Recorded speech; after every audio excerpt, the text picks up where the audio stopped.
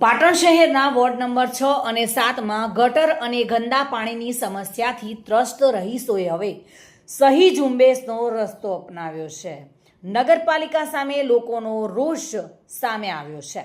પાટણના ward number 6 અને 7ના રહીશો દ્વારા ઝુંબેશ કાર્યક્રમ હાથ ધરાયો છે, જેમાં મોટી સંખ્યામાં મહિલાઓ અને પુરુષો જોડાયા હતા. સ્થાનિકોનું કહેવું છે કે વરસાદી પાણીના નિકાલ માટે બનાવેલી કેનાલમાં નગરપાલિકા તંત્ર દ્વારા ગટરનું દૂષિત પાણી ઠાલવવામાં આવી રહ્યું છે.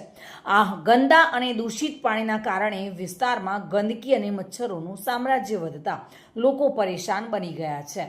સહી ઝુંબેશ દરમિયાન ગટરની સમસ્યા અંગે લોકોમાં ભારે આક્રોશ જોવા મળી રહ્યો હતો અને મોટી સંખ્યામાં લોકો લાઇનમાં ઊભા રહી પોતાની સહી નોંધાવી રહ્યા જોવા મળ્યા હતા.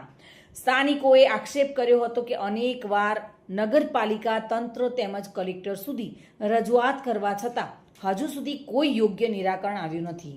પરિણામે વર્ષોથી લોકો ગંદા પાણી અને રોગચાળાનો ભોગ બની રહ્યા છે. પાટણમાં ગટર અને ગંદકીની સમસ્યાએ વિકરાળ સ્વરૂપ ધારણ કરતા હવે લોકો સહી કરીને ઝુંબેશ દ્વારા તંત્રને જગાડવાનો પ્રયાસ કરી રહ્યા છે. દિગ્નેશ સુથાર સાથે bureau report, today Gujarati news.